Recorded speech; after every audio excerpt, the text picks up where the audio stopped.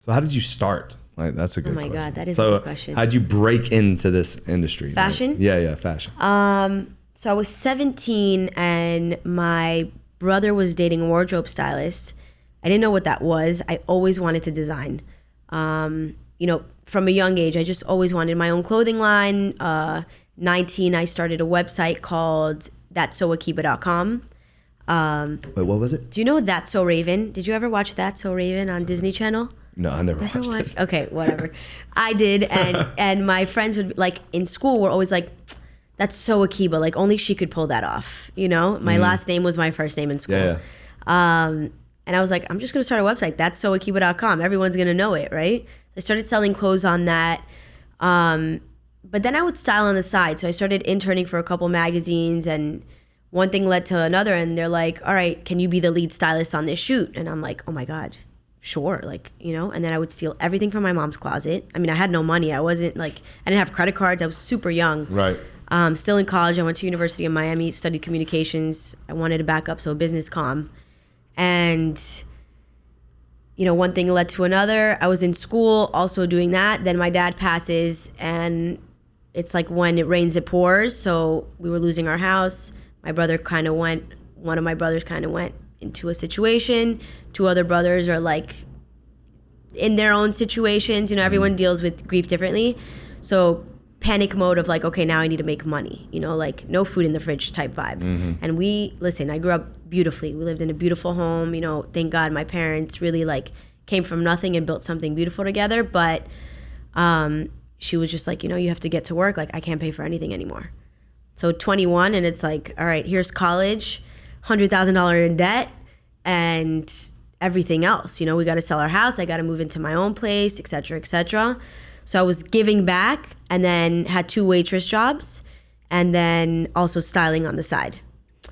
And, you know, I it took one moment. So I was waitressing at a place, I won't say the name, I almost said the name, that'd be messed up. And the boss, I dropped orange juice. So we just got this new fresh squeeze orange juice machine, you know, those ones that cut. Yeah. So they were like popping at the time. Like This was like the new machine to get. And I had dropped the plate of them. And the owner went off.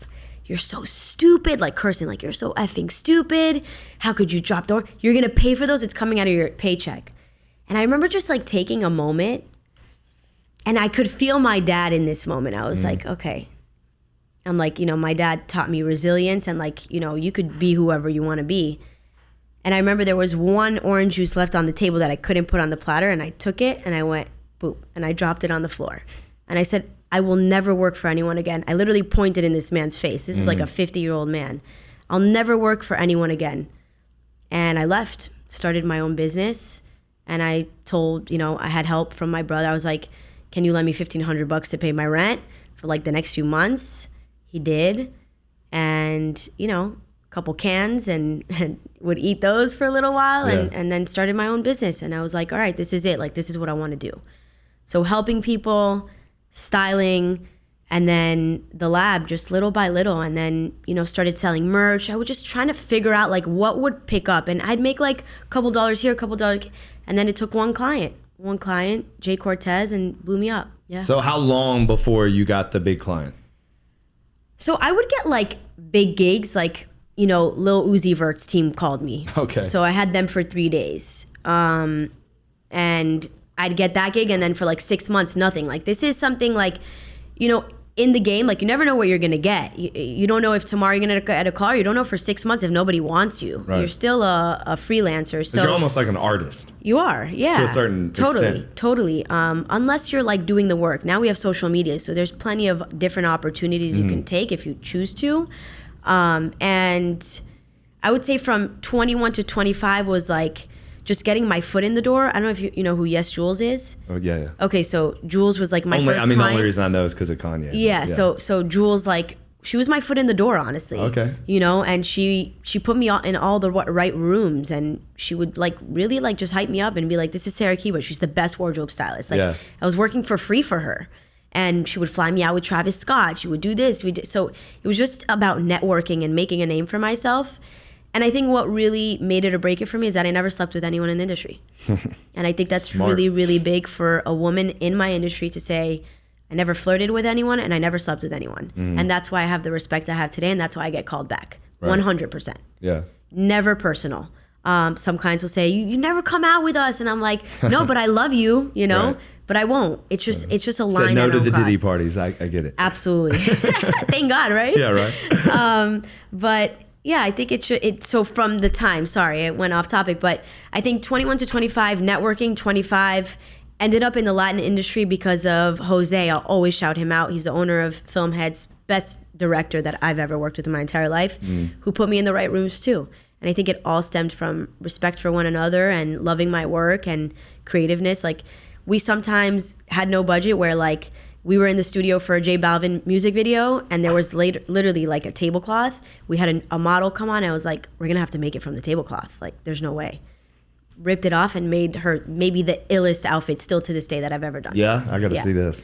So it's 21 By the to way, 25 talk about and then a beautiful human. J Balvin's amazing. He's amazing. Amazing. You know, the Latin industry, I always say, like, the urban industry was the worst industry I've ever worked with. Never afraid to say it. I've never been so disrespected in my entire life because they think I'm white. I'm actually Moroccan Jew.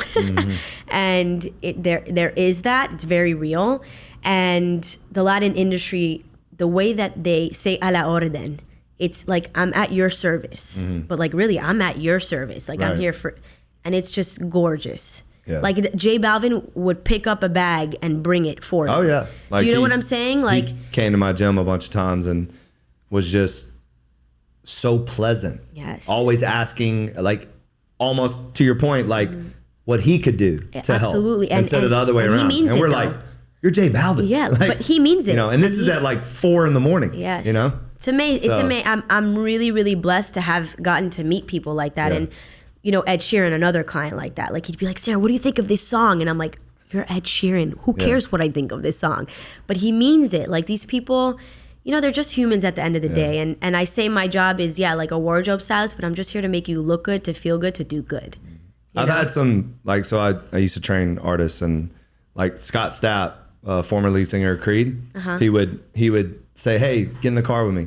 And we would listen to all his new songs, and he would literally be like, you know, so what do you think? Yeah. And he was dead serious. And excited. And excited to hear like what I thought of it. And then I would like give him my honest feedback, but feeling kind of stupid doing it. Right. You know? And then he would literally take it and then like go in the studio and like make little changes and stuff. It's amazing. And then Danja and Rico Love are 2 close friends of mine. Amazing. And they're great. They're also like, I would say they represent the urban side in a very respectful way. Like, amazing. To completely I probably just had a really bad experience. No, of course. And you're not wrong. And like with like 6 or 7, it's not just one. That was the thing. It was 6, 7 times. And I'm like, they've called me and been like, we'll give you $40,000 for 1 day shoot. And I'm like, no amount of money. No amount of money is worth my respect. I don't care. Yeah. You know, like, I just think that's so huge. Well, when I was down here in the early 2000s, I saw it in the video girls. Like, oh yeah, but I think it's because other women, I don't think it's their fault to the artists. I think also a lot of women allow this, and that doesn't help. It doesn't help. I think. Well, and there's really also a narrative that you have to do it to be successful. Like, there's this maybe I just have a stronger personality. I've never felt that. Yes. So, well, I think, again, doesn't affect everybody the same. Right. Everybody's different. But I think that a lot of vulnerable women, young, think that, oh, this is how you get to the top. I have to do it. That's right. No, totally makes sense. Totally makes sense. I mean, you're seeing a lot of that play out even on social media, that women are thinking like the only way I can show your body and make money. Show my body, show my body, show my body, show my body. When they're missing out on 100%. I mean, listen, I think about it. I'm like, else. OnlyFans, like, these girls are making $1 million a month. Is this true? It's wild. Like it's weird. But sometimes I think, I'm like, am I doing something wrong here? You know what I mean? But listen, whatever. Yeah, I asked my wife, I was like, you know, well, maybe we should just massage your feet, you know, like. What do you mean? All the time, like, I have cute toes. I could do this. Like, because supposedly, like, the number one OnlyFans account is a toe, is like, yeah, feet there you go. What's that movie? Don't Be a Menace in the South Side. What, you know, I know what you're talking with the ketchup on the toes. Yes, like, so listen. bizarre. No, our world is so crazy. I had a real estate agent show me, like, she was selling like a ton of houses, and she was showing me who was buying the house, and they have to get like like tax returns and stuff, and it was all OnlyFans, and the amount of money it was mind-boggling. Like, and here's what I say: this is the sad part. Who are these losers that are actually paying for this? Because that's to me, it's true. Like, I don't knock the people doing it. Right. Like, they're actually, I mean, they're making money. Listen, millions of dollars. Like, but who are these losers? Paying the thing. Paying it. That's true. That's what's so, and what it is a bunch of beta men. You think so? I think it is. It's just a bunch of losers. So. I don't know anyone who actually has OnlyFans on their phone. Who has that time to sit around and watch, basically porn all day long, and you're paying for it? It's bizarre.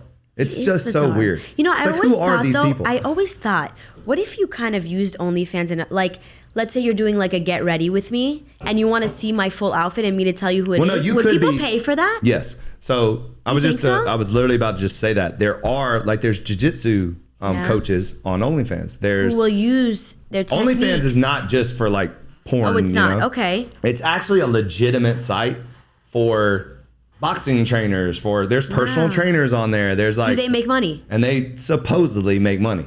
Again. See, supposedly doesn't sell me yet. No, it doesn't. Like, should I get on OnlyFans and show my outfit? Like, do people actually care? Oh, I can't. There's no way a part of me could be like, I'm on OnlyFans. Check me out. Yeah, I just couldn't do it. No, it has a bad rep now. Yeah, I don't know. And I feel like you could make money doing it off of like Instagram, Twitter, YouTube. I need to make more money. So, we can talk about that. We can get you going. Love that. You should be, with your skill set, you should be. I know. I think it's. And again, I don't know I'm sure you're doing great. I do. Listen, I live. Thank God. I'm blessed. I saw your Tesla truck. I'm so blessed. Yeah, I'm so blessed. Yeah, I got the Cybertruck. I'm super proud. And I never think it's like an egotistical. I'm just so fucking proud of myself.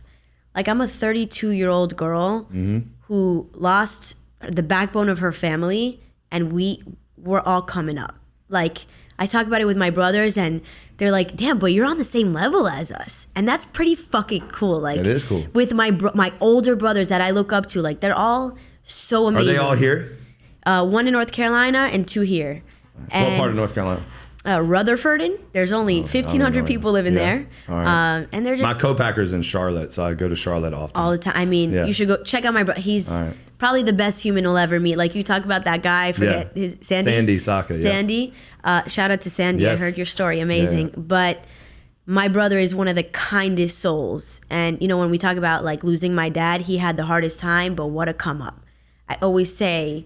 I teach my students your struggle's your superpower. Mm-hmm. Your struggle's your superpower. And like, wow, was his struggle his superpower? Like best father, best husband, and like really being at the bottom and coming up. And like, I feel blessed. Like, I feel like I get to have that Cybertruck, and it didn't come from nothing. Like, as a young girl who my brothers were always like, what the fuck do you even do? Like, what do you do for a living? And I'm like, don't worry about it. Yeah. Because if it were up to them, I'd be working with my mom in her store, which is, there's nothing wrong with that, but I had a bigger vision, and I still do. And I feel really, really lucky that I get to be successful. And if you don't mind, like going back to that moment of when, the darkest part. Yeah. Like, because I feel like a lot of people, everyone deals with these kind of things in their own way, whether it's loss or stress or selfish or whatever it is, whatever your story is. But a lot of people have those moments. I guess just go back and talk about like what you felt like got you like completely out of that, or maybe not even completely. Like, what do you think was the reason why, for example, you just said like you're fucking proud of yourself. Yeah. But I've never said that before, by the way. Which I love that, by the way. I'll touch on that real fast. Yes, please. I'm building out this 12,000 square foot new headquarters in Little River. Wow. And I went by yesterday, and I never give myself flowers, like ever. Like, you know what I mean? I'm always thinking about the next thing. Yes. I'm always checking the boxes. I'm my worst critic. Every single time I go into the Wynwood gym, I'm pointing out what's dirty and what's crooked and what's like, I can't see. You can't unsee that stuff. I can't unsee. I just can't. I'm always like, well, that's why you're a leader. Perfectionist is not like a word that I like to use, but it's that, right? So like I'll give you an example. The day I opened the Wynwood location, I was negotiating Little River the next day. Shit. And we were like celebrating grand openings, but I was already doing the other thing. Wow. So, but yesterday, I think it was yesterday. Yeah, it was yesterday. I was walking around the new facility, the construction site. It's hard to even say. It's the first time where I was actually proud of myself. Wow. I was like, holy shit, I'm doing this. Like I'm actually doing this. It was pretty fucking cool. So But, when you said like, I fucking, am proud of myself, like it reminded me of that moment that I had with myself in that huge. space, because you gotta, I think in order to keep this up, you do have to celebrate some wins. You can't only beat yourself Otherwise, up. what are we doing? Exactly. What are we doing? Like, what are we doing? Yeah. Sorry, I didn't mean to get emotional. Are you kidding? I adore you right now. I didn't know you well, but like, you're amazing. You're amazing. Now, say what Israel Adesanya said in his press conference. He cried and everybody was making fun of him. And he literally said, I can cry and whoop your ass at the same time. Love that and shit. I love that because that's that. like true. Like there's some bullshit narrative that men can't show emotion, and it's a crock of shit. Like it's bullshit. I grew up with 3 Moroccan brothers and a Moroccan dad. It was about being the men, being strong, hard men. And my brothers are still like that. I don't think I never see my brothers cry. I think one story really that touches, like how I said we all handle things differently, is last year was the 10 years of my dad. He's buried in Israel. My father was very big on, loving where we're from. And he said the one thing, if I die, bury me in Israel. And you're buried in the ground there. So there's no casket. It's just your body in the earth. Wow. Yeah, it's very special. And in Jerusalem? It's not Jerusalem. He's in Nahariya, which is actually in the north, where right now it's not looking good. But I just went to see him a month ago, and everyone's like, don't go up there. And I'm like, I can't. This is the one time a year I get to come see my dad. And but my brother John and I, we didn't get along after my dad. I think he just took on this role of he felt like he had to save all of us.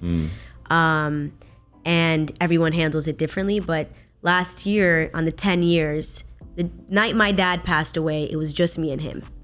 And my dad's eyes basically turned white. And it's like he was like turned into an angel, Wow. And he kept just asking my brother and I, like, can you give me the key? Give me the key. And we're like, what key, Dad? What key? And sorry. But it was, so 10 years later, we found ourselves that same night, 10 years later, John and I just sitting outside in Tel Aviv, Israel, 3:00 in the morning. And I'm like, why are you so hard on me all the time? Like, why can't you just like open up? Like, we love you. Like, you're so hard on us. And I think for him, it was like, he's like, because I just love you guys. And it's so hard to not have that man behind us, And it was the first time he just bawled. And like, as a man, I was just like, I think it just like opened him up. And then he found love. He like found true love, and he's marrying that girl now. Oh, swear to God, the day after, like, met the love of his life. Yeah. I met her cousin, who I'm now marrying. No way. I swear to God on my life, it ended up being crazy. Like, we met at a wedding. We were at just this random wedding, and like, in here Tel Aviv? we are in Tel Aviv, partying, having a good time. That's Adam. Oh, wow. That's my guy. And it's just like, it opened that, like, when you cry, you just you break that like shelter. And I think as a man, it's even more important. Like, that narrative is so fake. Oh yeah, it's crazy. So fake. And like, just to touch on that, but like, it's big. It opens doors. Here we are, just crying. I know, right? People eat this shit up though, so it's good. It's good. It's good. It's real, we're doing good. Yeah. But so take me back, because I think I butchered the actual. I interrupted the actual question. Tell me. So in that dark time. Yes. Like, what was the thing that got you through it? Because I think the thing that stood out, like, as I listened to your story, when you say, like where you are today, I also understand. I understand how long it takes to get to where you are today, and the commitment. And then another thing that stood out to me too is you said you work for free often. Still and I think there's really a lesson there for younger people. Oh my God. Because I have continued to try to give people opportunity. Absolutely. And open doors. And all they ask about is, well, what am I getting paid? Well, what's my salary? What's my bonus? What's this? What's that? It kills me. And that, I think that's why I can't keep an employee. I'm like, you know what? If you're here for the money, you should leave now. Yeah. You need to love your job.